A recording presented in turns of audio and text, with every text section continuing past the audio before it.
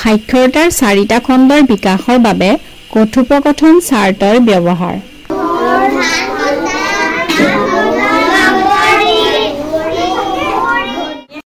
এইখন কি হয়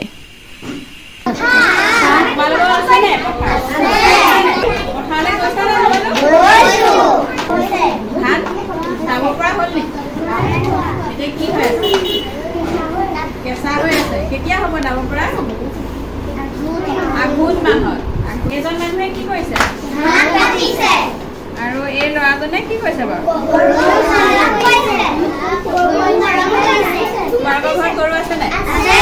তোমালোকে কি কৰা মৰম কৰা জীৱ-জন্তু মৰম কৰা দেই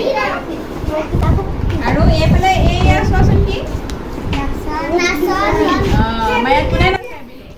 এনেদৰে ছাত্ৰ-ছাত্ৰীসকলৰ লগত মৌখিক ভাষা বিকাশ কৰাৰ লগতে তেওঁলোকৰ চিনাকি বস্তুবোৰৰ নাম লৈ তেওঁলোকৰ শব্দভাণ্ডাৰ চহকী কৰিবলৈ চেষ্টা কৰা হয়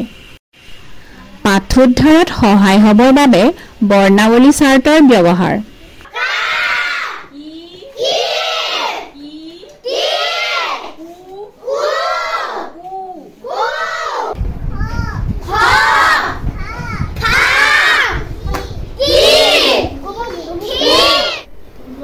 মৌখিক ভাষাৰ বিকাশ